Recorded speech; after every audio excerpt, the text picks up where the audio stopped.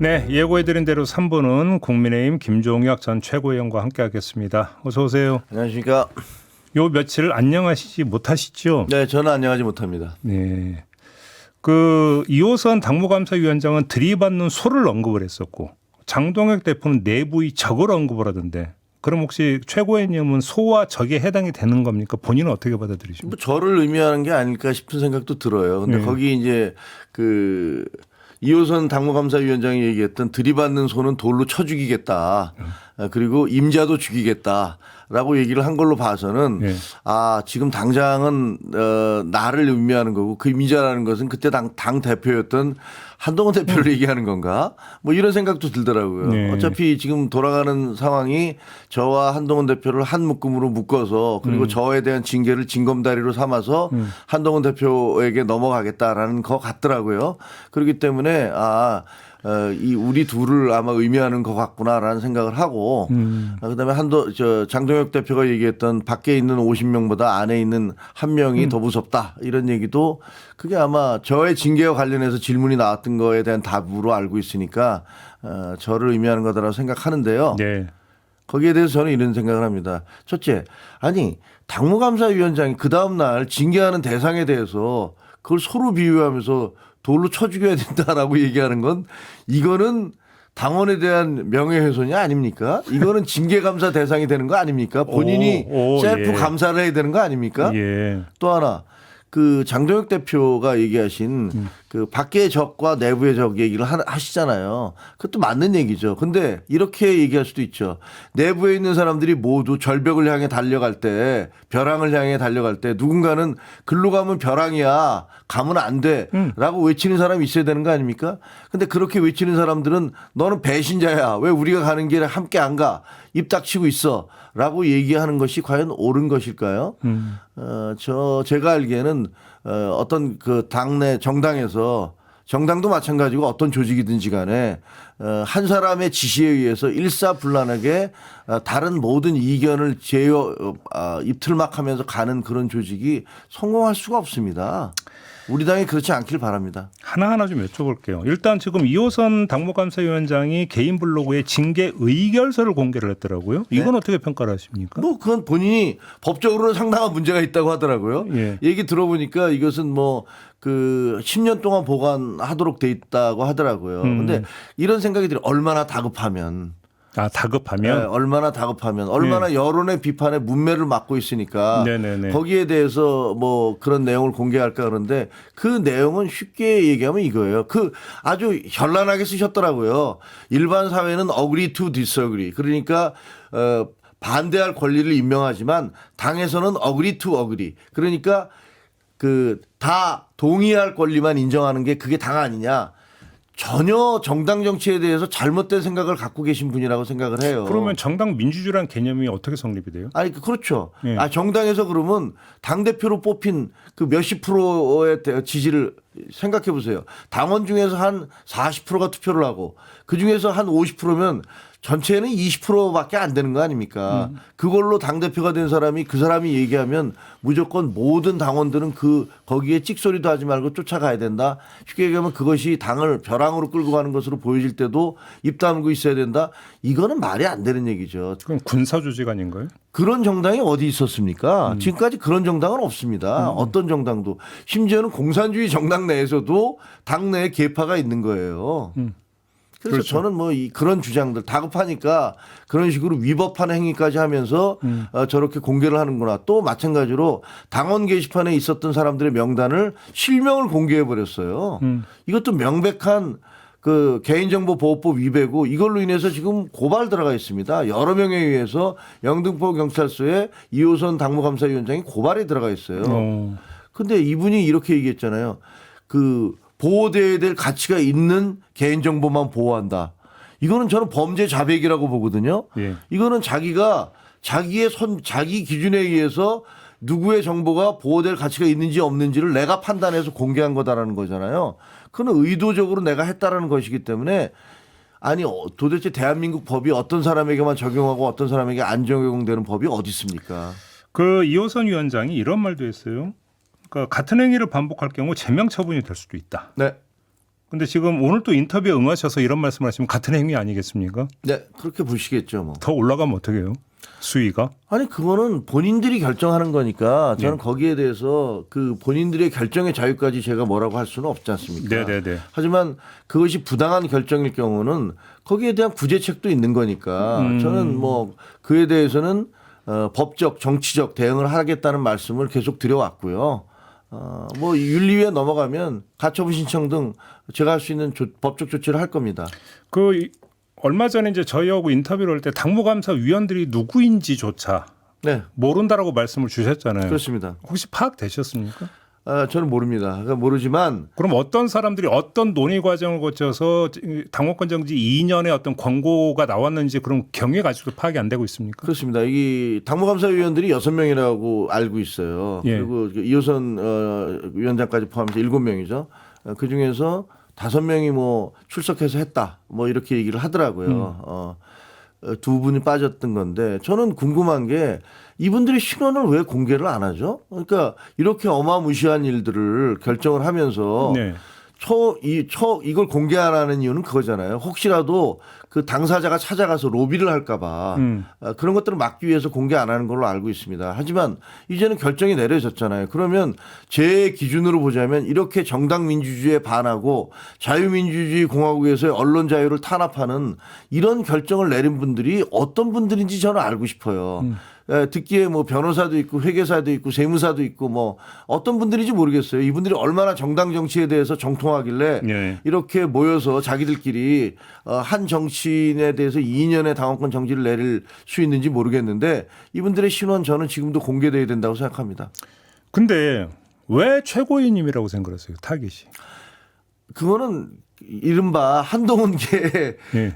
목표는 한동훈 대표겠죠. 전 예. 대표겠죠. 예. 근데 거기에 넘어가기 위한 징검다리로 전대 예. 제가 이제 전직 최고위원인데다가 그리고 이제 활발하게 방송 그 신문 이런 데에서 인터뷰도 하고 있고 또 방송도 하고 있으니까 시범타로 나를 두드리면 그것이 여러 가지 징계 효과, 다른 사람들에게 겁을 주는 효과가 가장 강할 것이다. 다른 친한계 무슨 그 원외 당협위원장들이라든가 이런 분들에 대한 그런 그 경고 내지는 겁주는 효과도 있을 것이고 또 그 반대로 이른바 극우라고 얘기되는 윤호개인 세력들에게 환호를 주는 야 드디어 김종혁이를 날렸어 라는 그런 효과 이런 것들도 계산했을 거라고 봅니다. 그러면 장해찬 여의도 연구원 이제 부원장 됐죠. 장해찬 부원장이 뭐라고 했냐면 당계 논란과 우리 최고위원님 징계를 묶어가지고 당내 오래된 고름 같은 문제다 이렇게 했습니다. 네, 그렇습니다. 이건 어떻게 받아들이십니까? 근데 이것도 또 물어보고 싶은데 이호선 당무감사위원장님 이런 거는 징계 안 하십니까? 예. 아니 전직 그 대표에 대해서 고름이니까 짜버려야 된다고 얘기하는 이 발언들 물론 뭐 장해찬 씨가 그동안에 수없이 논란이 되는 발언을 했기 때문에 네. 그거에 비하면 아무것도 아니다라고 생각하셔서 그러는지 어떤지는 모르겠습니다만 이거야말로 개인에 대한 인격 모독이라고 생각을 해요. 제가 얘기한 것은 공론회장에서 당의 공식 방향이라든가 이런 걸 가지고 논한 거지만 이거는 개인에 대한 어떤 모욕이잖아요.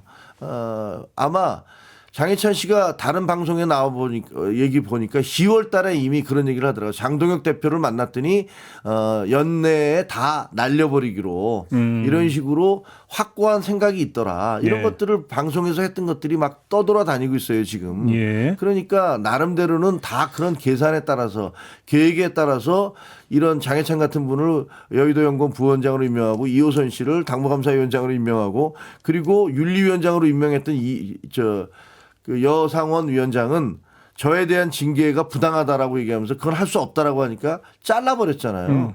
이런 것들은 하나의 큰 틀로 지금 가고 있다.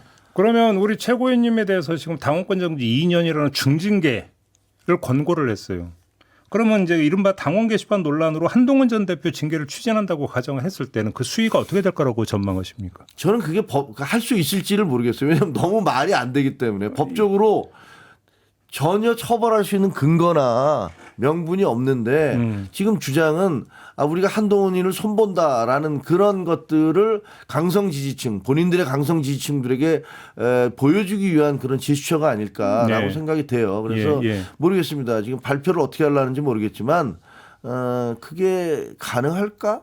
고개가 좀 갸우뚱거려집니다. 근데 지금 최고위원님이 지금 이 자리에서 일관되게 말씀 주신 것처럼 최고위원님에 대한 징계 시도 자체도 말이 안 되는 거잖아요. 그렇습니다. 지금 최고위원님의 그 규정에 따르면. 네. 그런데 말이 안 되는 그럼 또 징계 시도를 한동훈 전 대표를 향해서도 할 수 있겠죠. 그렇죠. 그래서 어떻게 그래서 여쭤보는 할지 거예요. 굉장히 궁금해요. 예. 이거를 말이 안 되는 걸 저에 대해서는 뭐 여러 가지 이유를 붙여서 뭐 제명 출당 조치 이런 것까지 나올 것 있다고 보세요. 뭐 글쎄요. 그건 뭐 본인들이 이제 정부적인 판단을 하겠죠. 그랬을 때 닥칠 후폭풍이나 이런 것도 계산하겠지만 지금 그쪽의 계산은 이런 것 같아요. 연내에 고름들을 다 짜내고 한동훈계 짜내고 나서 당명을 바꾸고 그 다음에 우리가 중도층한테 이제 저희는 이제 그 중도층으로 가겠습니다. 그리고 뭐 정책으로 가겠습니다. 이렇게 얘기해서 이른바 포장을 하면 화장을 하면 그러면 이제 민심이 우리를 올 것이다. 우리에게 올 것이다. 이런 생각을 하시는 것 같은데. 당명이 거론되는 당명이 있대요. 모르겠습니다. 저는 뭐 그런 것까지 뭐 예. 내부에서 뭐 얘기를 하고 있는지 모르겠지만 그런 얘기들이 나오고 있으니까요. 그래요. 자, 그러면 윤리위원회로 얘기로 넘어가야 되는데 지금 그 윤리위원장이 지금 공석인 상태잖아요. 그렇습니다. 그러면 지금 윤리위원회에 그 최고위원님에 대한 지금 징계를 권고를 했는데 일단 그게 먼저 풀려야 뭐를 논의를 하든 할 거 아닙니까?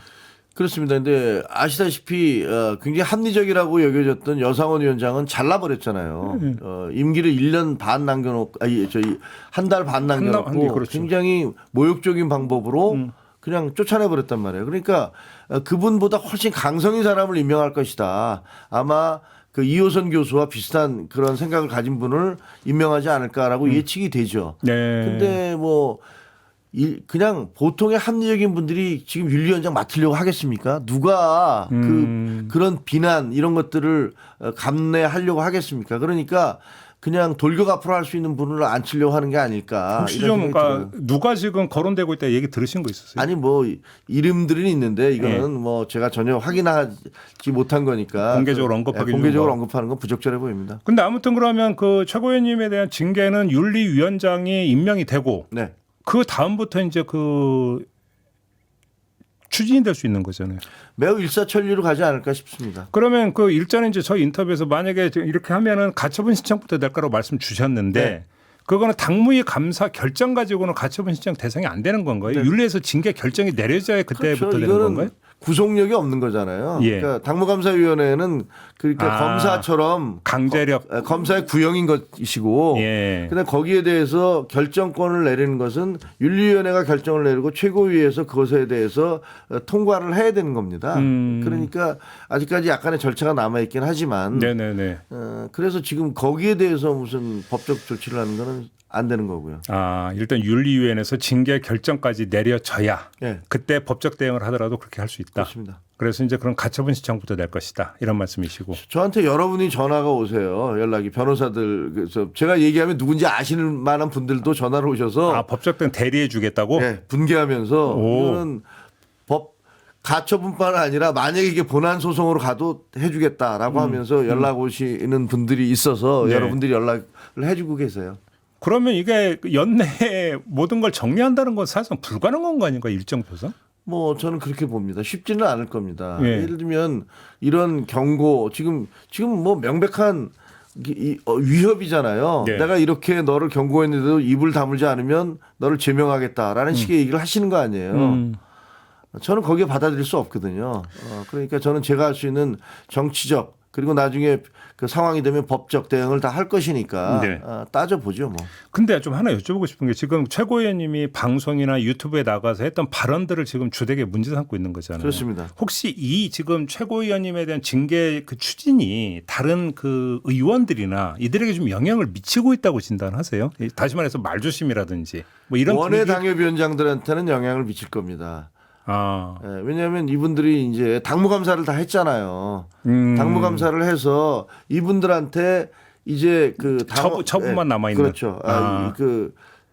저 당협위원장을 바꿀 것이냐 안 바꿀 그러니까. 것이냐를 하게 된단 말이에요. 근데 현역 의원들은 바꿀 수가 없잖아요. 그렇죠, 그렇죠. 그러니까 현역 의원들에 대해서는 별 영향을 못 미치지만 원외 당협위원장들을 그 겁박하는 데는 상당한 영향을 미치겠죠. 아, 그런 분위기가 좀 형성이 되어 있네요, 그러면. 그럴 수 있겠죠. 근데 물론 이제 원외위원장들 중에서 저한테 완전히 당이 그 미쳤구만 이렇게 하면서 뭐 문자가 오거나 이런 얘기들을 많이 하고 있지만 예. 그러나 공개적으로는 못 하는 거잖아요. 예. 그러면 당장 결정권을 앞두고 야, 이거 내가 뭐 그 도마 위에 올라 있는 고기인데 펄떡펄떡 하다가는 뭐 목이 날아가겠구나라는 생각 그런 경고 같은 것들을 받을 수 있겠죠. 당무감사의 결정 나온 다음에 한동훈 전 대표하고는 얘기 좀 나눠보셨습니까? 아, 뭐라고 하던가요? 아니 뭐 저희는 저는 뭐 정치적 인간적으로 한동훈 대표와 가까운 사이이기 때문에 뭐 여러 가지 얘기들을 하고 있습니다. 그래요? 여러 가지 얘기를 하고 예. 그리고 뭐 지금 한 묶음으로 묶어서 지금 보내려는 거 아니에요. 그러니까 당연히 저희가 얘기를 하는 건 당연한 것이고 그리고 뭐 저희가 그렇다고 해서 이런 잘못된 어떤 저희가 보기에 저희 기준으로 부당한 이런 요구에 굴하거나 그리고 거기에 겁을 먹거나 그러지는 않을 거는 한동훈 대표도 그럴 것이고 저도 그러지 않을 겁니다. 6개월 뒤면 지방선거잖아요. 네. 지금 그 당이 이렇게 흘러가는 거에 대해서 지방선거 위기감이 팽배하고 있다는 언론 보도가 있던데 그렇습니다. 실제 당의 분위기나 정서는 어때요? 선거와 연관돼서. 그러니까 굉장히 갈려져 있는 거잖아요. 예. 그러니까 장동혁 대표와 그 이른바 당권파라는 분들은 예. 어떻게 보면 지금 신문, 방송, 여론 이런 거 전혀 신경 안 쓰시는 거 아닌가 싶어요. 여론조사에 대해서도 뭐 얘기한 게 있더라고요. 네, 그러니까 뭐 그런 여론조사는 잘못된 것이다 이런 주장이잖아요. 선거 때마다 그런 주장하다가 다 진 거 아닙니까? 아니, 지난번에 총선할 때도 우리가 140석 없는다면서요. 네.